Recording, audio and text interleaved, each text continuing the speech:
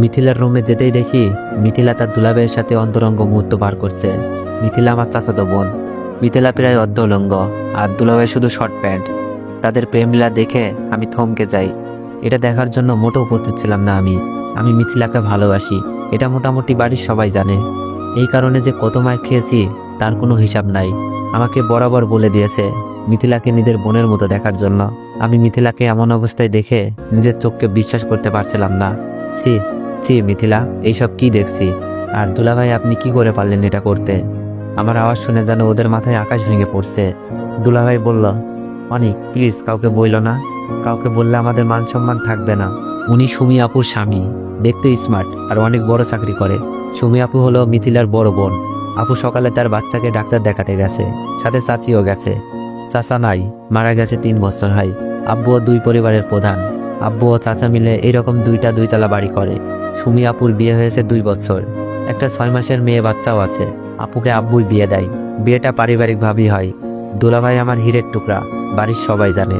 কিন্তু তার চরিত্র যে এত খারাপ আমি নিজেও ভাবতে পারছি না। আর মিথিলা এটা কিভাবে করলো? মিথিলার মতো ভদ্র মেয়ে 3 গ্রাম খুঁজেও পাওয়া যাবে না। মিথিলার সৌন্দর্য পরিবারের লোকজন ছাড়া বাইরের কেউ দেখে নাই। হাত মোজা, পাও মোজা, বোরকা পরে পর্দার সাথে সবসময় চলাচল করে। কিন্তু আজ সেই মিথিলার একই হাল দেখছি। চুপ করেন আপনি, লজ্জা করে না? আবার কথা বলেন। আর মিথিলা, তুই না পর্দা করিস, কোনো পরপুরুষের সামনে যাস না, এই তোর পর্দার আড়ালের চেহারা? আমার কথা শুনে মিথিলা কিচ্ছু বলছে না, নিজেকে ঢেকে শুধু কেঁদেই যাচ্ছে। তোর জন্য তো পুরো পদ্মাশীল নারীর সম্মান নষ্ট হলো। কি দরকার ছিল পদ্মা করার? পতিতা পল্লীতে গেলেই তো পারতিস। এই মিথিলাকে যখন আমি বলতাম, মিথিলা আমি তোকে ভালোবাসি, তোর জন্য সব করতে পারবো, তখন মিথিলা আমার চরিত্র নিয়ে কথা বলতো আর আব্বুকে বলে আমাকে মার খাওয়াইতো। মিথিলা কান্না করতে করতে বলল, অনিক কাউকে বলিস না প্লিজ। মিথিলা, আমি যখন তোকে ভালোবাসি বলতাম, তুই আমার চরিত্র নিয়ে কথা বলতি, আব্বুর কাছে মার খাওয়াইতি। আজ তোর আসল রূপটা দেখুক সবাই। আর দুলা ভাই, আপনাকে আর কি বলবো? আমি রুম থেকে বের হয়ে যাচ্ছিলাম। ওদেরকে যতই বলি রূপ দেখিয়ে দিব, কিন্তু সুমি আপুর সংসারটা কি হবে? আর একটা 6 মাসের মেয়েও আছে তাদের। আর মিথিলা তো আমার চাচাতো বোনও, যাকে আমি ভালোবাসি, তার সম্মান কি করে নষ্ট করি? দুলাভাই মাথা নিচু করে বসে আছে। আমি বললাম, দুলাভাই আপনি এখন এখানে বসে আছেন? আমার কথা শুনে দুলাভাই রুম থেকে বেরিয়ে যায়। আমি বললাম, মিথিলা অন্তত তোর কাছ থেকে এটা আশা করি নাই, কাজটা কিন্তু বেশি ভালো করিস নাই। বলেই যখন রুম থেকে বের হতে যাব, দেখি দরজা আটকানো। মিথিলা চিল্লাতে শুরু করে দিছে, অনিক আমাকে ছেড়ে দে প্লিজ, আমার এত বড় সর্বনাশ করিস না, আমি তোকে ভাইয়ের মতোই ভাবি। অনিক না প্লিজ। মিথিলার কাণ্ডে আমি বাকরুদ্ধ। সেই সুযোগে মিথিলা ভিতর থেকে দরজা আটকিয়ে দিছে। আমি কথা বলতে পারছি না, গলা দিয়ে আওয়াজও বের হচ্ছে না, মনে হচ্ছে হাত পা সব বেঁধে রেখেছে কেউ। অনিক তুই আমার এত বড় সর্বনাশ করিস না প্লিজ, আমি তোর পায়ে পড়ি। মিথিলা তার কাপড় চোপড় ছিঁড়তে লাগলো, প্রায় অনেক অংশ ছিঁড়ে ফেলছে। আমি অনেক কষ্টে মুখ থেকে বের করলাম, মিথিলা কি হচ্ছে এইসব? মিথিলা অনেক জোরে চিল্লাচার বলছে, কেউ বাঁচাও, অনিক প্লিজ ছেড়ে দে, আমি যেখানে ছিলাম সেখানেই দাঁড়িয়ে আছি।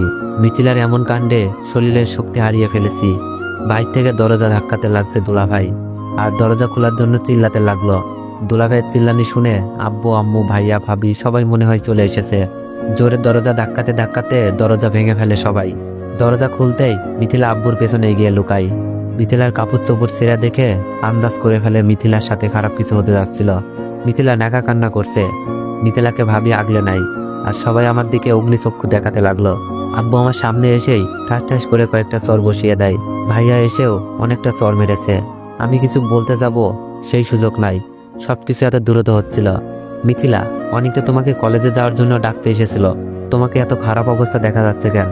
অনেক কি তোমার সাথে কিছু করেছে?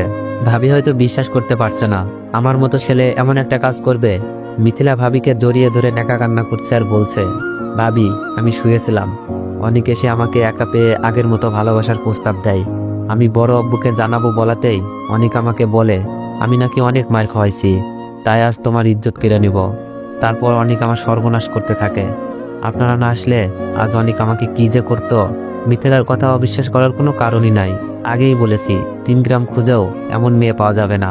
আব্বু মিথিলার কথা শুনে যেন আরো রেগে গেলেন। তুই আমার ছেলে ভাবতেই লজ্জা লাগছে, যে নিজের চাচাতো বোনের সাথে এমন করতে পারে, সে অন্য মেয়েদের কি না করবে। তোর এই বাড়িতে কোনো জায়গা নেই, বের হয়ে যায় বাড়ি থেকে। আব্বুর কথা শুনে চোখ বেয়ে পানি পড়ছে। মাথা নিচু করে কান্না করতে করতে বললাম, আব্বু আমি কিছু করি নাই, ওই তুই আমাকে আব্বু বলবি না, আজ থেকে আমার একটা ছেলে, তুই মরে গেছিস। আব্বুর মুখে এই কথা শোনার থেকে মরে যেতে পারলেও অনেক বেশি খুশি হতাম। আম্মুকে বললাম, আম্মু আমি কিছু করি নাই। মিথিলা কথা আটকে দিয়েই আম্মু বলল, জানি না কোন পাপে তোকে পেটে ধরেছিলাম। আম্মুর মুখে কথা শুনে মনে হচ্ছে কলেজা ছিঁড়ে যাচ্ছে। আর কাকে বলবো, যেখানে আমার গর্ভধারিণী মাই বিশ্বাস করলো না, আমাকে কিছু বলতেও দেয় নাই। আমি দুলাভাইয়ের দিকে তাকালাম, মুখে শয়তানি হাসি। আর মিথিলা এখানে নেকা কান্না করছে। সুমি আপু চলে এসেছে, যার আদরে আমার বড় হওয়া, যে আপুটা আমাকে আপন ভাইয়ের মতো ভালোবাসে, আমাকে এখনো মুখে খাবার তুলে খাওয়াই। সেই আপুটাও সবকিছু শুনে কান্নায় বুক ভাসাচ্ছে। আজ আমি আপুর চোখও খারাপ হয়ে গেলাম।